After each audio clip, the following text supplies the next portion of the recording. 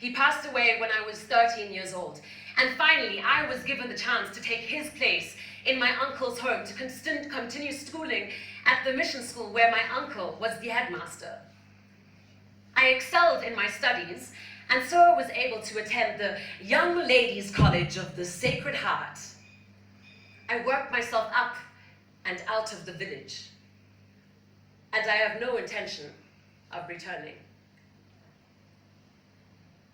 Thank you, ma'am. I accept your terms, and I look forward to moving into this lovely, lovely home with you.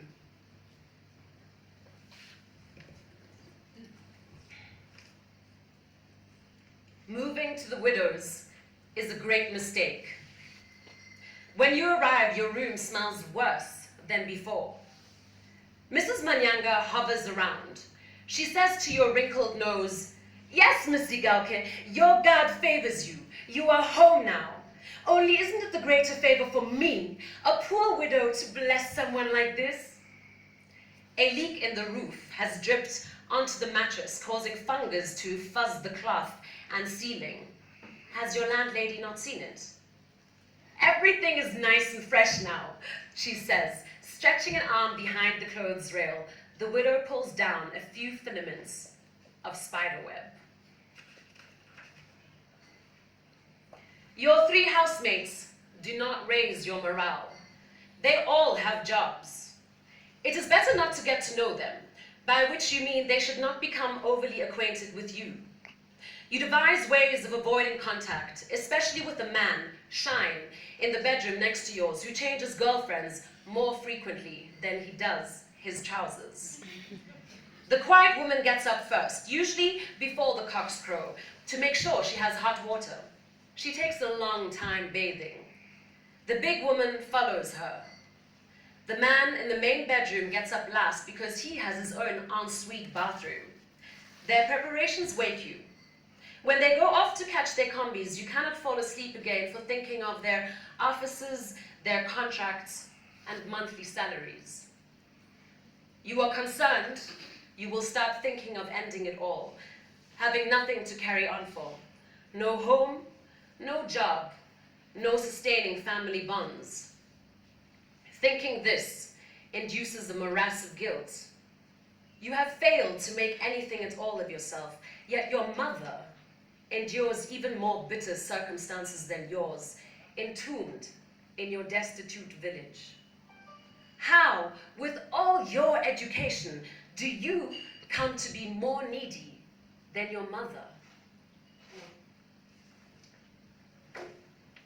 I'm in despair. My family back home is struggling. My mother, dashed down by life. My sister lost a leg during the war. My uncle sits in a wheelchair. And my father's always been a good-for-nothing. The only person that could help me at this point is my cousin Yasha, but she's still somewhere over there in Europe. So what do you do when you cannot find a job and you have nowhere to go? Oh, I see the widow has 3 sons. Surely one of them can help me be my stepping stone on the path to a large house with a black granite swimming pool. I will choose Lucky as my first target because he is the most successful. Hi. That did not work. I don't know why. Maybe I should come up with a better plan to increase my chances of success, but it seems I'm just not really talented in that respect. And you see, the other problem with men is that growing up, they haven't exactly always been the easiest to live with. There was my father, who, like I mentioned, was a good-for-nothing and abusive. My brother, who, well, died. My uncle, who, although he gave me a good education, always wanted things to go his way, and when they didn't, he used force. There are the men who steal your ideas and your jobs, the men who harass you on the street on your way home, and then, when you get home, there are the men that you live with. You see, there is no place where we are safe from these men.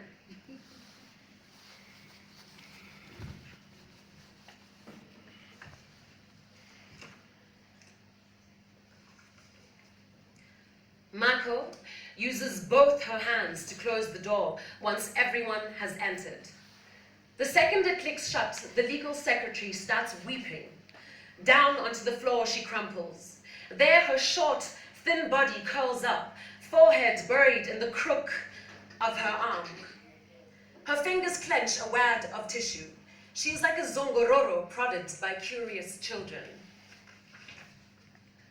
The lavatory, Marco sobs to make sure you do not leave her alone. You halt, your hand on the doorknob. The brush scrapes so loud, then you have to flush it and keep brushing, so I didn't hear anything, gasps Marco.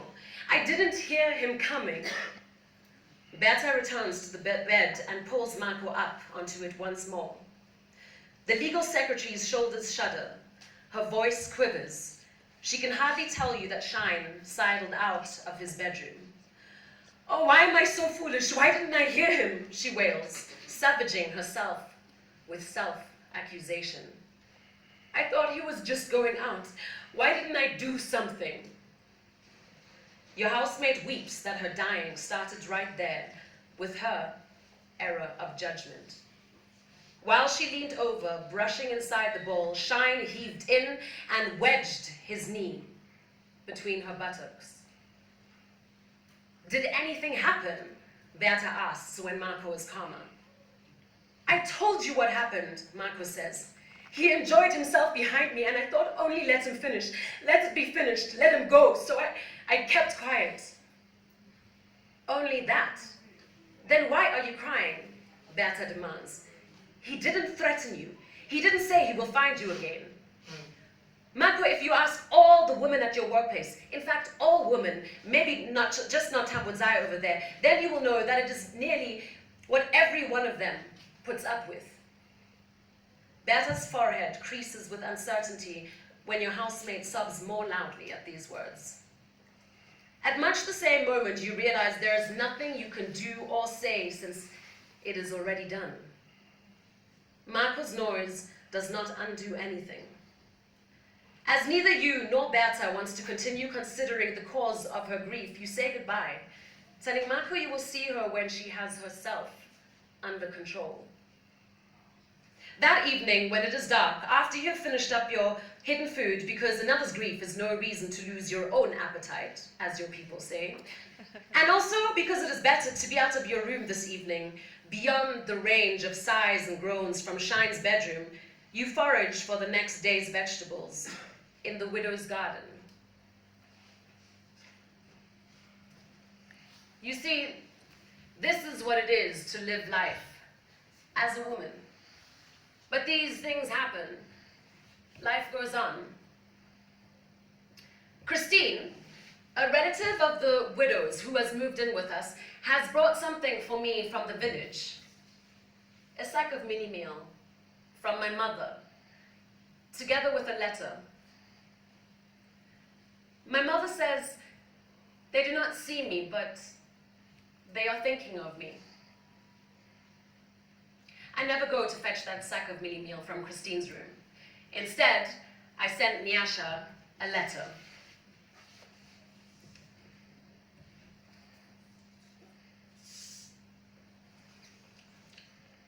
Dear Nyasha, you must be doing well now as a filmmaker in Germany. I want to ask you advice about leaving Zimbabwe. I want nothing more than to break away from the implacable terror of every day I spent in my own country. I can no longer afford the odd dab of peanut butter to liven up the vegetables from my Manyanga's garden or the petty comfort of perfumed soap. I want to leave and become a European. Please help me. Your cousin, Tambu. I mean, honestly, it's a ridiculous idea, right? I can't even make a life for myself within my own country. How do I think I will manage to make a life somewhere else?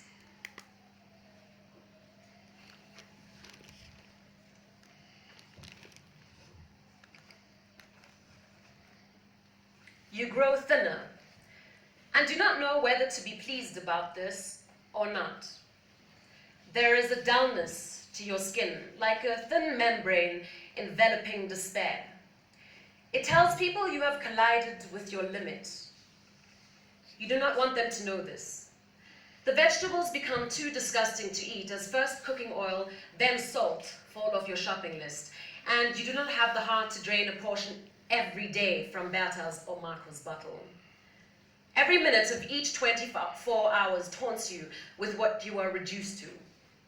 Although it seems they cannot be, the nights are yet more horrendous, since your housemaid, Shine, takes a different woman into his room practically every day of the week. The encounters in the next room grow more strident from one night to the next, as though Shine measures the noise level from his woman to set some kind of standard. You struggle to find sleep, and when you do, you are woken up again almost immediately. You try to read or resort to covering your head with a blanket.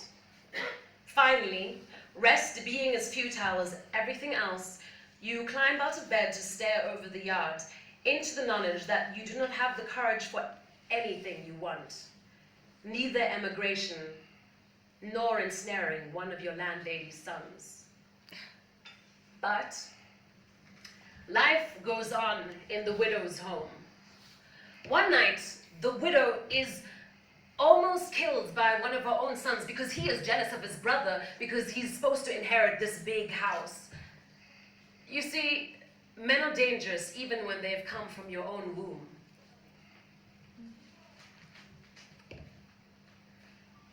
After another terrible incident involving, once again, the man in our house, Shine, Christine, the relative of the widow's, asked me if I will go to town with her to get away from all the madness.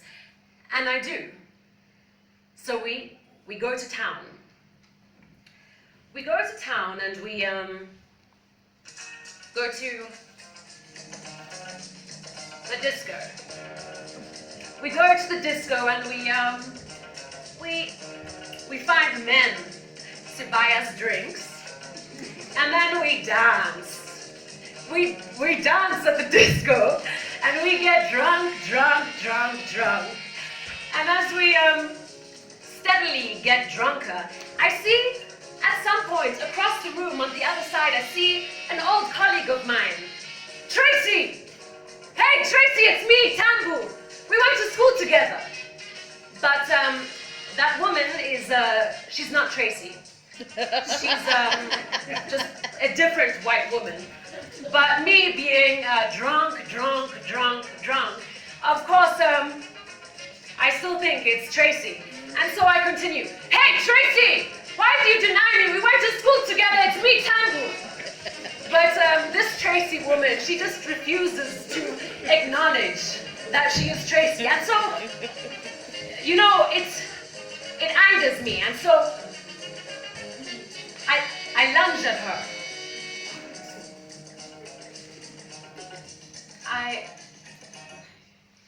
I lunge at Tracy, and I'm kicked out of the club, or the disco, and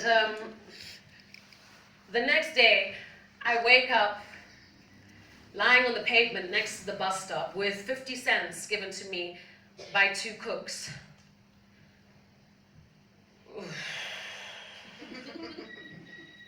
Excuse me.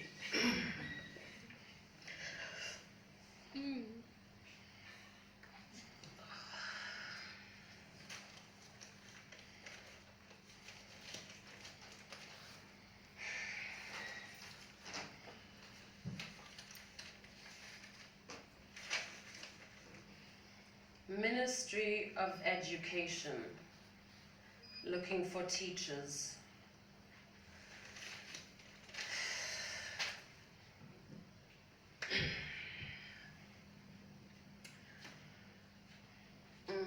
Hi, my name is Tambudzai Zigauke, but most people call me Tambu. I would like to apply for the position as a teacher. Biology, I'm not qualified. I have the job. Ministry of Education. And so I begin working as a teacher. which doesn't sound too bad, but the problem is that I really don't get along with my students, like, at all. In fact, I detest them. It angers me the way that these young girls get into cars with strange men that they are not related to. It's disgusting. These girls, they need to be taught a lesson. And so, I beat that child, that she goes deaf on her ear. I beat that child so hard that it unleashes something within me. I am suspended and taken to a psychiatric hospital.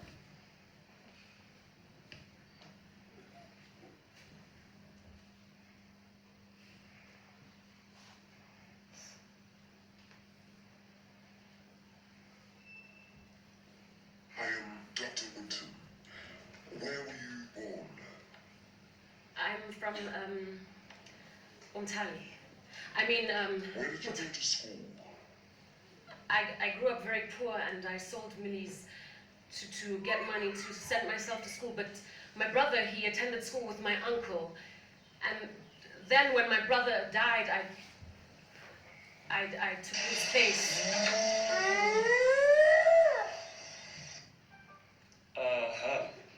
Guilt. Following an event seen as sacrifice, you feel guilty about the death of your brother. I was an A student and I received the top marks in my entire What class. happened? Whoa. It destroyed many nerves and many bodies. The twins, they lost their parents, and my sister, she lost her legs, and my uncle... What happened since that has led you to sit in my office? I saw a woman that looked like Tracy. I wanted to beat her up. It seems to me that you don't like white people. No, not at all. Anyways, it's neither here nor there. They don't see me. It doesn't matter who they are. Nobody sees me. Does this make you frightening to yourself, Thandi Sebe? Being cooped up behind the door with all these fears. People who fear greatly can sometimes substitute themselves for the thing they fear. I am ashamed. Of what?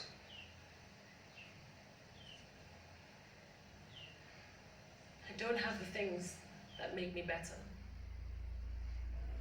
I want to be better. I want to have the things that make me. After my stint at the psychiatric hospital, I move in with my cousin Nyasha, who by now has returned back to Zimbabwe with her white German husband and her 2 young children. That sack of mini meal that my mother sent from the village, I never ate it. I should have eaten it. I should have cooked my mother's love and taken it into my body. In this way, I would have made a home wherever I was. A short while into living with my cousin Nyasha, I bump into Tracy Stevenson. That's right, that Tracy, the white one. This time, the real one. As it turns out, she has a job for me at her advertising travel agency, Green Jacaranda, and it's good accommodation and good pay.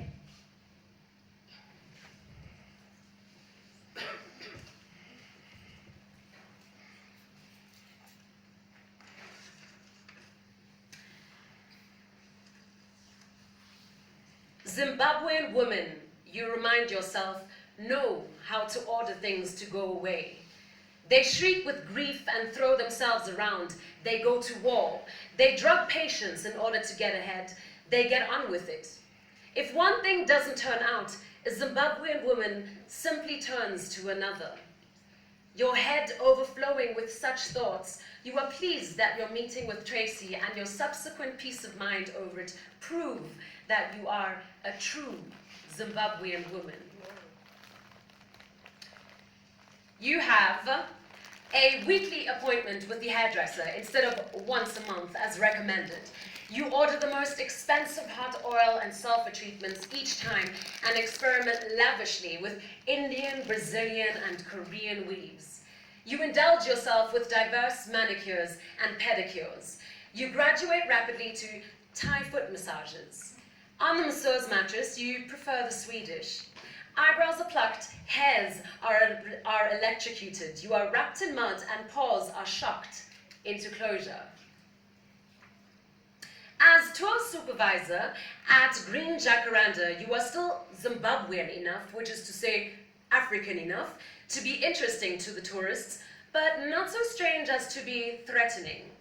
They communicate comfortably with your anglicized accent, and you reproduce it assiduously, although you still mutilate some of the diphthongs.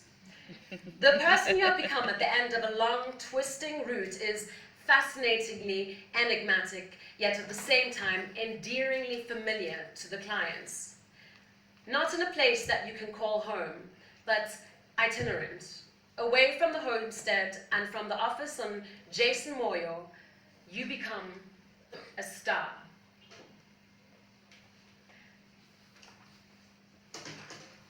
But as we all know, nothing that is good can last. A while into working with Tracy Stevenson, she requests something from me that requires me going back home to the village. And so for the first time in years, I go back home to the village and I speak to my mother and I ask my mother if she will help me to create for Tracy Stevenson's tourists the experience of a unique, African, authentic village life. You sell your own dignity and that of your families for money.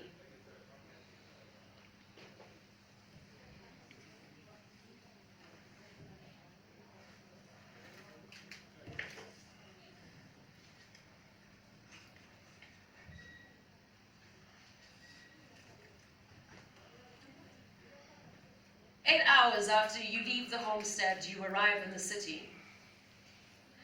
At the cottage, you tell Matabita you are leaving. You write a letter of resignation. You deliver it in person. Tracy thanks you for your thoughtfulness and graciously waives notice. She offers an arrangement on the cottage. You decline and find small lodgings in the avenues. When your shame is healed sufficiently for you to speak to people without weeping, you take a combi to Greendale to see Nyasha. Your cousin listens for the best part of an hour and then invites you to join her in her non-governmental organization. But, she says, always truthful, she still has not found anyone to sponsor her young women's program. My Nini Lucia's security company, on the other hand, is doing very well, as there is more war in your country's way of peace than any of you had expected.